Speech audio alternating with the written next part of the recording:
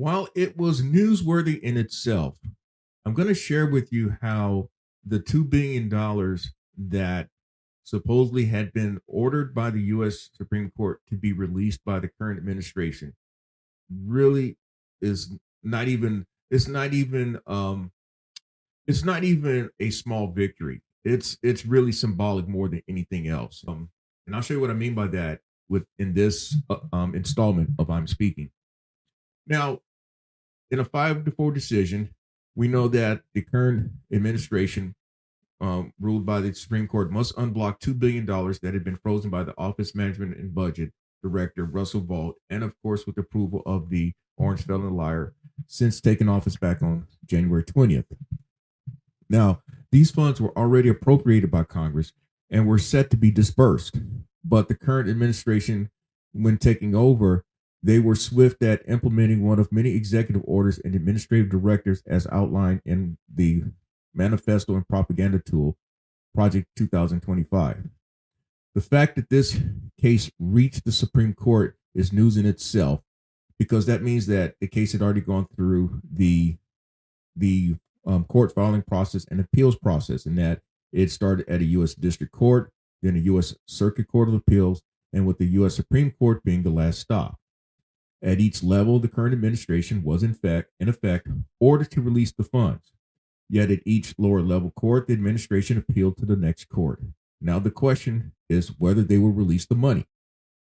We can talk about the money being released, but will they even ever release it? They're not really bound to release it. It's not like somebody's going to go and arrest the Orange Felon Liar or Russell Vought or anyone else who refuses the Supreme Court's order. The freezing of the funds has been just one of many moves the current administration has made in its effort at doing away with USAID. Back on January 26, the current administration said it was cutting 90% of foreign aid funding, meaning that at least $60 billion out of nearly $70 billion the United States had already appropriated by Congress would not be administered as Congress intended. So let's presume that the $2 billion is actually released, and that's best case scenario, and it is disbursed as appropriated by Congress and ordered by the court. Still, USAID merely exists in memory and in memory only. That $2 billion is symbolically the last money that it may ever see. That means the court ruling is all about constitutional principle and constitutional principle only. They can make the argument that the system of government or the system of governance that exists right now still exists under that decision. But if you recall, back on January 24th, an executive order was announced about how it would freeze all USAID funding. A waiver for humanitarian aid was later allowed under the direction of Secretary of State Marco Rubio. The previous USAID Chief of Staff, Matt Hobson, who ironically had been appointed to the position by the Orange Felon Liar during his first administration, resigned in protest.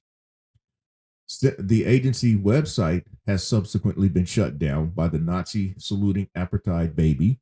And according to reports, he, along with the Orange Felon Liar, claimed that USAID had been a criminal organization.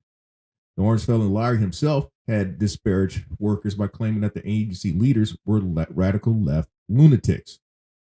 Of course, other carnage that has since occurred is back on February 6th, was when nearly all of the 10,000 people who had positions with USAID worldwide were informed by email that they were being placed on administrative leave.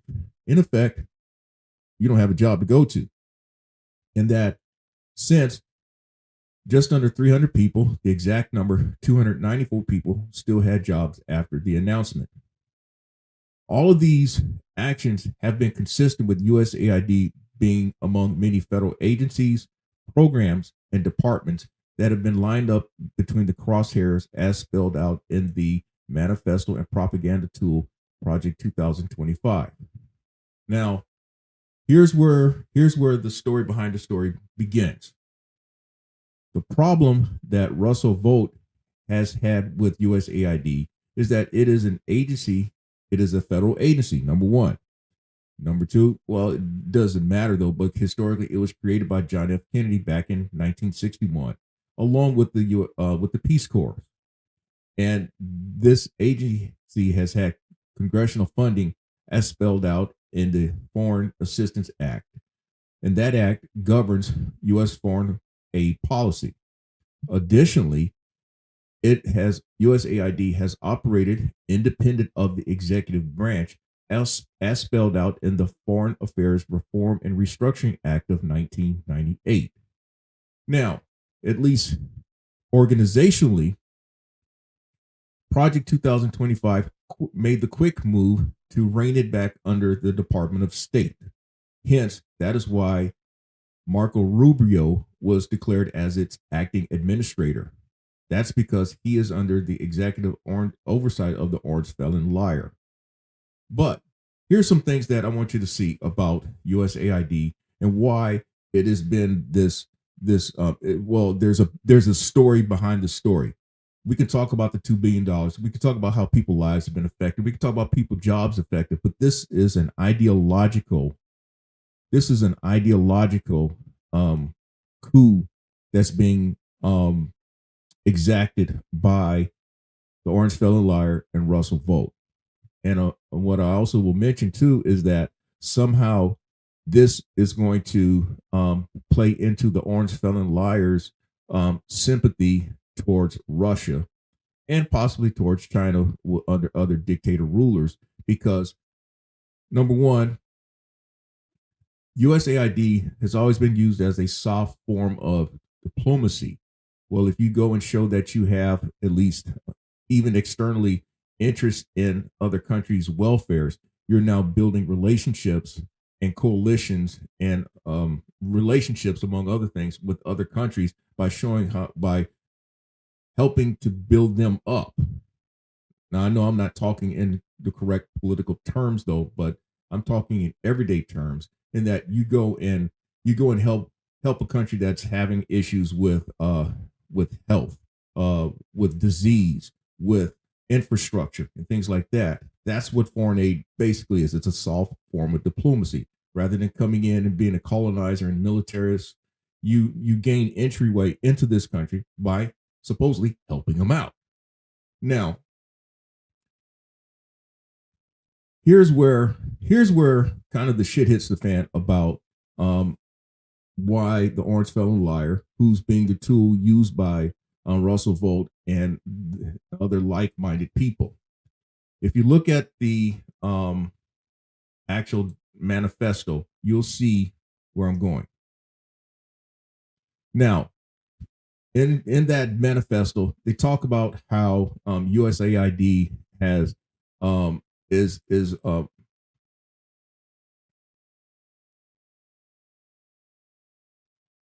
USAID is being targeted in many prongs within USAID is being targeted on many prongs within their manifesto. Going to citing from page 257, it says the next conservative administration should rescind all climate policies from its foreign aid programs, specifically USAID's climate strategy 2022 to 2030. Shut down the agency offices, programs, and directives designed to advance the Paris Climate Agreement. Remember, that was one of the first things that the Orange Felon Liar talked about. Wanted to get out of that Paris Accord, and then narrowly limit funding to traditional climate mitigation efforts. So they want to strip it down to just doing the bare minimum. USAID resources are best deployed to strengthen the resilience of countries that are most vulnerable to climate shifts, blah, blah, blah. But here's where they really light into it. As we know, the Orange Felon Liar has talked a lot about DEI, diversity, equity, and inclusion. That is the boogeyman by them. They feel that this is one of the ideological things that sets them apart. They attack being woke or wokeism as if it is a scourge of society.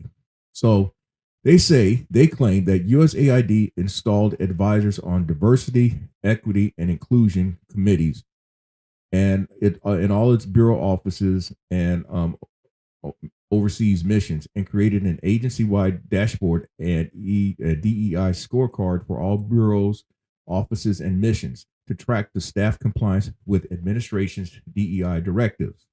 As chief DEI officer oversees this DEI infrastructure and sits in the administrative office. DEI directives are now a part of all agency policy and are incorporated as standard clauses in all contract and grant awards. Those seeking to do business with the agency must describe the approaches they will use diversity. They will use to diversify their partner base. USAID often ties DEI to gender and climate equity, corrupting every aspect of the agency's overseas work.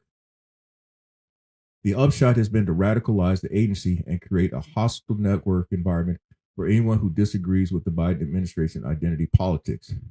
This pursuit of ideological purity threatens the merit-based professional advancement for staff who do not overtly conform, hyper-politicizes what should be a nonpartisan federal workplace environment, creates an institutionalized cadre of progressive commissars, corrupts the award process, and discourages potential contractors and grantees that disagree with this radical agenda from applying for USAID funding. So I know that I've read a lot of that, but you get where I'm going.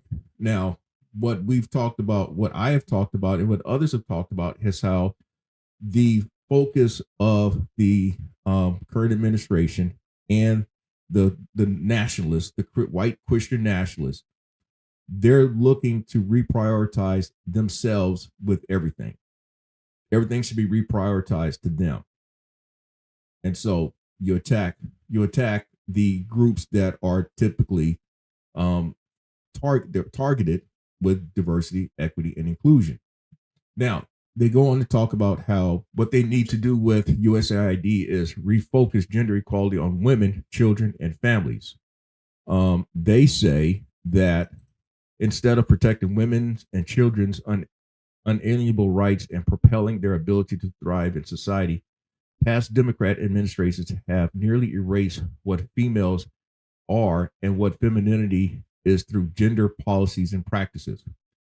For example, these administrations have diluted USAID's focus on assisting vulnerable women, children, and families around the globe by adding protections for ideological advocacy on behalf of progressive special interest groups. USAID now aggressively promotes abortion on demand under the guise of sexual and reproductive health and reproductive rights, gender equality, and women's empowerment, and advocates for those who claim minority status or vulnerability. Families are the basic unit of and foundation for a thriving society. Without women, there are no children, and society cannot continue. So that's another thing that they've said.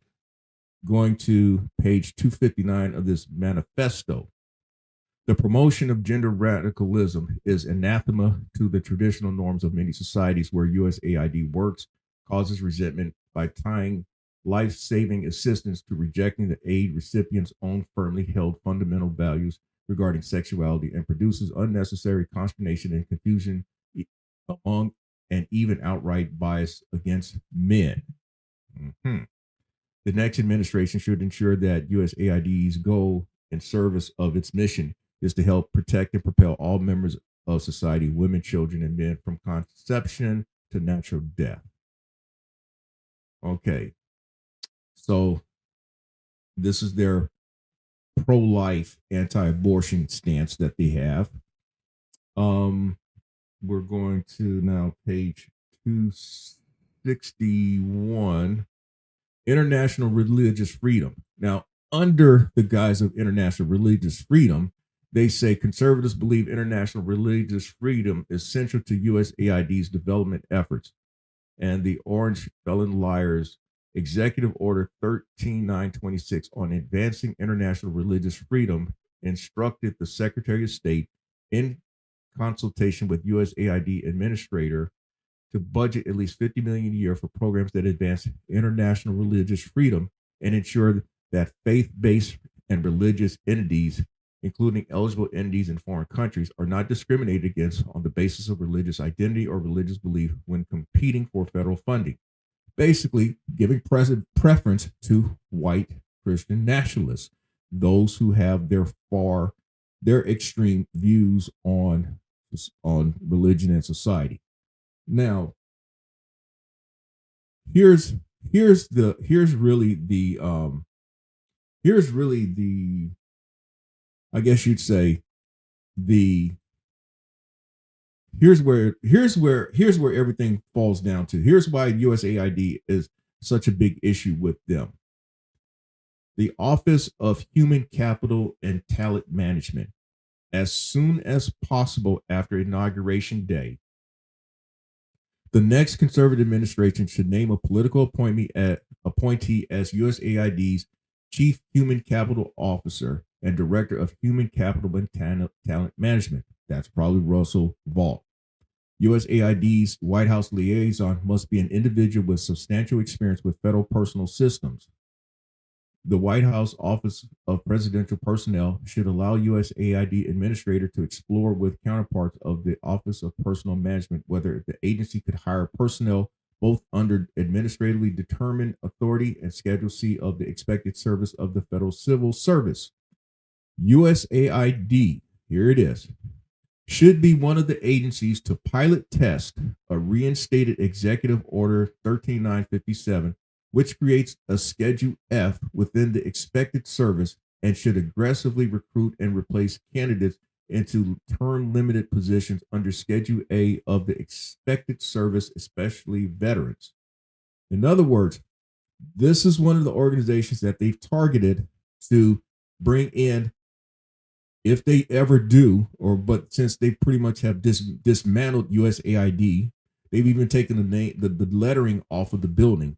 But this is one of the agencies where they bring in supposedly loyalists to the white nationalist agenda, the loyalists to this Nazi sympathizer agenda, and also loyalists to the white Christian nationalist agenda, and basically be sympathizers to dictators abroad. There you go. So there you have it. What I just shared from their propaganda and manifesto is just really a small piece of an entire conflation of ideology and political ambitions by the Orange Felon Liar and Russell Vought and of the white Christian nationalists. It's a conflation of things. There's a lot of things that they use as their justification for dismantling organizations like USAID, which they're doing. USAID basically does not exist. It only exists in memory and memory only. For some reason, though, these organizations cannot be done away outright because they are congressionally ordered, but they have figured a way to contravene, or the other word, to circumvent the U.S. Constitution and congressional order. They're doing things as they see fit, and they see fit only. So that's all I have to share in this installment. Look for other installments on this social media.